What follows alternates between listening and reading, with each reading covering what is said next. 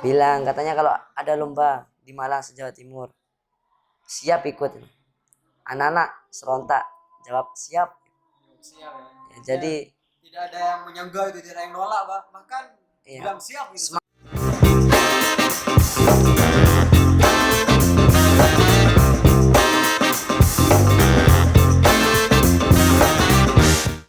Oke, assalamualaikum warahmatullahi wabarakatuh. Saya Hasbi Ilman Hafid. Pada podcast santri kali ini kita akan bincang santai dengan salah satu kapten futsal Masdukia Football Club atau yang biasa disingkat dengan MDKFC yang beberapa waktu lalu sempat memenangkan pertandingan futsal tingkat provinsi di Malang, Jawa Timur. Oke, bersama saudara Bubung Mas Asa. Mungkin bisa perkenalan terlebih dahulu. Perkenalkan, nama saya Bung Nasa Firdaus. Saya duduk di bangku kelas 3 SMP. Saya lahir pada tanggal 4 Agustus 2006 di Banyuwangi. Oke, mungkin bisa diceritakan bagaimana awal mula masuk pesantren sampai menjadi kapten di Masdukia Football Club. Pertama, di saat saya baru masuk pesantren, saya ikut porseni Al Masdukia. Setelah itu Maksudnya dari awal kenapa kok memilih pesantren Al Masdukia gitu sampai jadi kapten Masdukia Football Club? yang pertama sih karena ayahnya saya bilang bahwasanya tuh di pondok ini tuh sepak bolanya tuh maju. Nah, di saat saya sampai di sini ada kompetisi porseni sepak bola, saya mengikutinya. Lalu Tahun berapa? tahun 2019. Tahun 2019. Iya, 2019. Itu saya di sana bermain sepak bola. Nah, di saat itulah saya mulai terkenal main bola. Dan apa nih kok bisa terkenal lagi dari pada saat porseni itu? Apa bisa terkenal? Pertama, saya mendapatkan penghargaan menjadi atlet terbaik Atlet terbaik of football. Football. Iya. Seperti itu jadinya. Nah, terus sampai terus menjadi kapten Masdukia Football Club itu gimana, guys? Misalnya sampai dipilih menjadi kapten. Kalau saya waktu dipilihnya itu baru kelas 3 SMP. Oh, ternyata baru kelas 3 SMP ini ya. Di saat kelas 3 ini ingin lomba ke Malang tingkat. Jadi ini masih baru nih. Iya, masih baru. Lalu ya mungkin saya bisa mengatur teman sendiri itu. Jadi nanti saya ditunjuk sebagai kapten. Kira-kira siapa yang menunjuk saudara Bubung ini untuk menjadi kapten? Ustadz Faris Uwet sama Ustadz Vicky Tugu. Jadinya mereka berdua ya yang membimbing dari awal sampai pertandingan itu. Dan kira-kira boleh tahu apa sih kira-kira kesulitan ketika menjadi kapten di Masdukia Football Club ini? Ya, kesulitannya itu kayak kalau ada latihan itu saya yang dipanggil untuk ngehandle teman-temannya saya. Kalau teman-teman tidak ngumpul ya nanti saya yang bikin start gitu. Jadinya memang sudah dididik dari awal begitu ya, dari awal langsung jadinya. Dan juga mungkin selain mungkin dari itu faktor internal sendiri kan, mungkin dari yang lain faktor eksternal gitu, mungkin hambatan gitu, mungkin ada yang berkata kayak gini gitu, ya gue jadi raksasa jadi kapten timnas kan ya. Kalau masalah itu sih banyak, kayak ada yang bicara belakang tentang saya.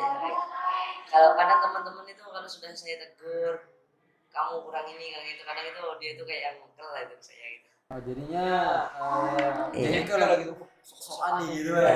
Sosokan di Tapi gimana cara menyikapi hal tersebut? ya selalu dinasihati itu namanya. Nanti kalau nggak itu ya Ustadz nasihati mereka sendiri. Pokoknya mereka itu sudah dibilangin sama Ustadz agar menurut saya. Kalau saya bilang Jadinya sudah kalau maju maju, kalau mundur mundur gitu. Kalau ngoper ngoper. jadinya dari atasan juga saling support gitu ya. Iya. ke kamu gitu. Katanya kan menang juara futsal tingkat provinsi. Nah, itu kira-kira bagaimana sih persiapannya gitu? Persiapannya mungkin bisa diberitahukan, dijelaskan secara rinci gitu, dari awal apa persiapan sampai menuju perlombaan. Yang pertama itu di saat ujian Desember. Desember ya. Ujian semester pertama. Untuk kelas 3 itu ujian kita MDKFC. Yang SMP itu dipanggil sama Ustadz Vicky. Ada berapa orang? Ada sekitar 12 orang. itu kita berkumpul di lapangan belakang sepak bola. Ya beliau bilang bahwasanya ada kabar gembira. Kabar gembira. Iya, kabar gembira apa itu? Kabar gembira. Kipo nanya saya kabar gembira apa tadi? Bilang katanya kalau ada lomba di Malang Jawa Timur siap ikut. Anak-anak serontak jawab siap. Siap ya. Jadi tidak ada yang menyoga, tidak ada yang menolak, maka iya, bilang siap gitu. semangat sekali. semangat. Lalu itu kan di saat itu kan kita nggak boleh latihan karena ujian, masih ujian, jadi kita itu latihan itu mepet. Setelah saya ujian kita itu baru ngetop ngejos latihannya. Kira-kira Persiapannya sekitar 2 minggu. hanya 2 minggu ternyata. 2 minggu. Padahal tingkat provinsi hanya 2 minggu persiapan. Kira-kira dan juga saya pernah dengar itu kadang-kadang di KFC ini sebelum perlombaan itu sering bahkan hampir setiap hari mengadakan sparring.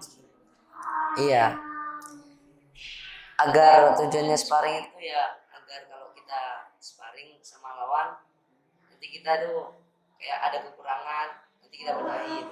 Ya introspeksi diri gitu. Iya. Sama Ustadz itu disuruh sparring, setelah sparring itu nanti kekurangan dari sparring itu nanti kita benahi setelah latihan. Sekarang latihan, besoknya sparring. Teman-temannya tuh kita sekarang latih, besoknya praktek gitu. Kalau praktek itu kurang apa, nanti latihan lagi, baru praktek lagi. Jadi sparring latihan. Kira-kira sudah beberapa tim futsal yang dijadikan untuk pertandingan persahabatan, untuk sparring itu sudah berapa tim? Ada kalau 10 tim mungkin. 10 tim. Yang terjauh dari Kemarin dari Krucil, terus ini Klaksana Libuntu. Iya. Terus kalau dalam sparring ini kira-kira musuh yang paling berat ini tim futsal mana? Kalau sparring kita itu yang paling berat itu waktu itu di Gending, di Maron. Di Maron itu di sana itu pemainnya itu bukan SMP kan? Iya, ada yang sudah punya anak itu. Jadi Iya. besar. Kayaknya masih sekolah semua gitu. Iya. SMP. Agar kalau sudah kita tuh mainnya yang lebih tinggi nanti kita kekurangannya apa nanti kita benahi. Jadi kita itu mainnya itu sepantaran itu SMP itu enggak. Kita itu mainnya itu SMA lebih atas begitu ya. Iya. Itu di saat itu pemainnya itu Persikap terus semua ini. Jadinya langsung auto Iya kalah. atau kalah ya. Tapi banyak pelajaran yang bisa diambil. Ya banyak pelajarannya, terus diberi masukan sama tim lawan. Sana itu ada Mas Iqbal itu, dia itu yang handle sana, jadi dia itu yang apa, yang namanya anu kita itu ya, menasihati, Menasehati terus ya, memberi masukan, memberi motivasi. motivasi seperti ini. Iya.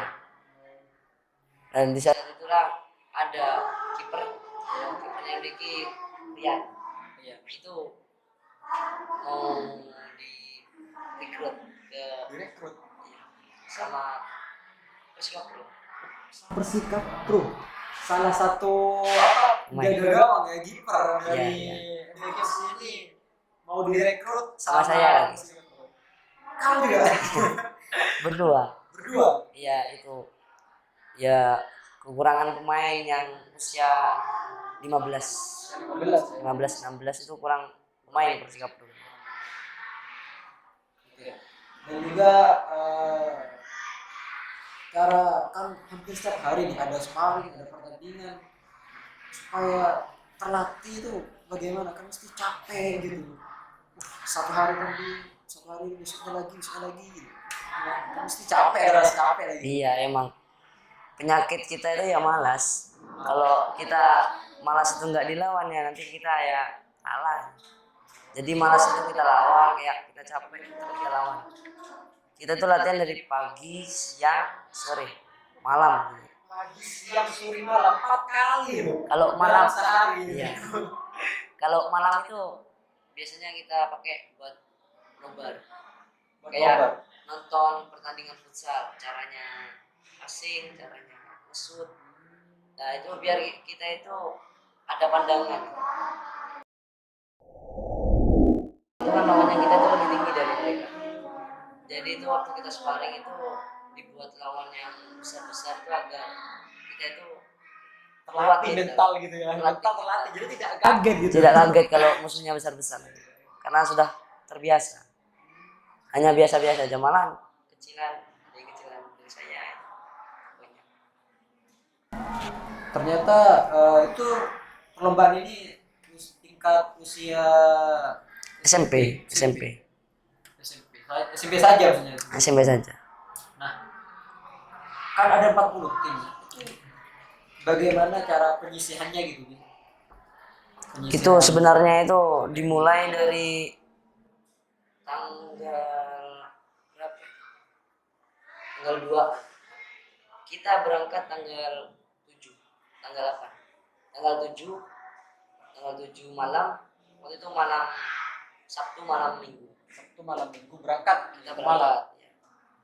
Waktu itu saya sakit tipes ya. Panas. Tanding. Sampai sudah tidak bisa main gitu, kayaknya tidak bisa main. Tapi tetap dipaksa itu ya. Jadinya Mas Tukia, ayo demi Mas Tukia gitu. Pada saat sakit-sakit saja masih tetap. Iya, dibelikan. Apalagi kapten ini ya. Iya. Bahaya di kepalanya saja, kakinya saja sudah sakit, apalagi nanti yang lain pasti akan berimbas kepada anggota-anggotanya. Iya. Saya waktu itu dibelikan vitamin, dibelikan obat biar agak fit. Makan yang enak. Pada saat perlombaan kita itu lawan SMP Darul dulu di Malang. Itu kita menang. Jadinya berapa nih skornya, berapa kosong? 3-0 kalau nggak salah. 3-0. Yang pertama. 3-0 pertama, oke. Pertama menang itu satu kali ngegulin tuh anak-anak itu sudah semangat. Ayo tambah ya. Sorak-sorakan itu. Iya. Kalau kita sudah habis ngegulin, masukin semua ngumpul di tengah jadi satu, teriak. Oh. Jadi sana itu kayak yang diem kok, yang pertamanya sana ikut-ikut teriak. Setelah kita masukin, kita ikut teriak. Sana sudah diem, sudah teriak. Kayak yang mental itu sudah turun. Mental sudah down gitu ya. Iya, kayak gini musuhnya nih, kayak gini ya. Iya. Nah terus saya juga tidak nyangka. Lama-lama main, menang terus, tidak pernah kalah. Kalah itu kita seri, Mak. Seri 1-1, 2-2 itu skor. Nah, nanti kita kalahnya di adu penalti. pas penalti ini menang terus. Penalti itu kalah. Pertama menang, yang kedua kalinya kalah. Dua kalinya kan. Itu masuk 8 besar. Masuk 8 besar. 8 besar dari 40 poin. Dari 4. Nah, dan disitulah alumni Masuki apa yang ini. Banyak hadir juga alumni ikut Iya. mensupport Ikut seperti itu mensupport. ya. Waktu 8 besar itu saya kaget juga. Pertama itu kan ya Tasmo Pur sama Ustadz Vicky, cuma itu lah, sama Ustadz Iya. Ustadznya dari kalangan Ustadz. Itu mereka yang nyupport. Nah, di saat 8 besar itu waktu adu penalti itu tiba-tiba itu dari sebelah kiri penonton itu teriak, "Ayo Mas Lukia." Saya lihat siapa, wah alumni dari angkatan inovatif semua. Ternyata segitu anunya gitu. Banyak yang sepertinya. Jadinya dari situlah mungkin Anak-anak motivasi tambah gitu ya, tambah semangat tambah gitu, semangat. Adu penalti waktu itu. Adu penalti kita menang masuk semifinal. Masuk semifinal itu saya nangis. Kenapa nangis sampai nangis seperti itu? Ustadz Koidi itu kan yang mendirikan MDKFC. Beliau kan sudah 4 tahun mau mendirikan ini baru bisa. Dari tahun berapa itu? Itu beliau usul ke Kiai untuk mendirikan tim sepak bola, ditolak sampai 4 tahun, dan ke 4 tahunnya itu baru diterima. Jadi beliau itu datang dari Jember itu datang. Nah, pada saat semifinal ini sudah tinggal berapa tim gitu pada semifinal ini? 4 tim. 4 tim. Iya, tinggal 4 tim terbaik. 4 tim terbaik. Terus kira-kira kesulitan yang sering dihadapi dan paling sering ditemui pada saat perlombaan ini. Kalau kesulitannya sih tuh ya banyak, ya dari segi postur lawan itu lebih besar, ada yang lebih besar, banyak yang lebih besar. Jadi kita tuh kalah kalau disenggol body. Nah, terus mungkin ada lagi? Ya itu mungkin. Cuma itu saja. Iya kesusahannya. Apalagi kan Dan sudah terbiasa seperti iya, itu ya. Dan di Malang itu tempatnya main bola ya. Probolinggo kan belum ada kayak sistem gitu. Kalau di Malang itu sudah ada. Jadinya sudah terkontrol gitu. Iya, itu tempatnya emang bola. Tempatnya bola bilang gitu seperti itu. Oke. Nah, gimana sih awal ceritanya pas bisa sampai, kan mesti semua kan berawal dari rasa suka. Rasa suka itu kemudian menjadi hobi. Iya, hobi. Itu gimana ceritanya? Bisa cita-cita juga. Cita-cita nih juga jadi pemain sepak bola terkenal ya. Sempat mau jadi cita-cita pemain bola. Masih sampai sekarang tapi. Insyaallah. Bingung cita apa. Awal ceritanya sampai jadi hobi itu seperti apa? Saya dari kecil itu main biasa itu sama anak-anak main kampung itu, bola kampung itu. Ya. Itu disitulah kita sering main. Saya itu kalau nggak main bola itu kayak gatel kakinya. Iya. Jadi kalau lihat orang main bola itu pengen main. Dan biasanya kalau waktu SD dulu sama orang tua itu diberikan bola dan itu. Jadinya orang tua nih ikut mensupport gitu ya orang tua. Ayah itu pemain bola juga. Pemain bola jadinya dari ayah. Mungkin merupakan rasa sukanya kepada bola, kepada anaknya gitu, kepada kamu ya. Katanya juga dengar ini satu keluarga gitu, hobi bermain sepak bola. Kalau ibu itu pemain voli. Ibu main voli, mbak tapi suka ke bola, semua suka ke bola. Semua suka bola. Jadi tinggal ibu voli, pemain voli. Hebat sekali. Nah, ya ayah itu kan juga memberikan motivasi ya. Dan pernah bilang itu kalau ayahnya saya itu dulu itu lebih hebat dari saya. Pialanya banyak di rumah. Banyak ya? dapat. Oke. Banyuwangi. Nah, juga kira-kira apa sih motivasi kamu ini dalam untuk selalu terus berjuang, selalu terus berlatih dalam sepak bola ini apa? Mungkin bisa memotivasi bagi anak-anak yang lain. Ya, intinya itu jangan menyerah, terus berjuang. Karena apa ya, kalau kita lelah, malas itulah penghambatnya kita untuk kesuksesan. Saya kalau main bola itu pengen terus main bola. Kalau kayak ujian itu pengen sekali olahraga. Tapi kalau belajar kurang itu malas itu saya kalau belajar. Ini lebih kepada ekstrakurikuler. Saya lebih itu unggul di ekstrakurikuler. Oke, mungkin cukup sekian podcast Santri kali ini. Selalu ikuti dan dukung channel ini dengan cara like, comment, share, and subscribe for the best journalism in Lasna Faman Siwana.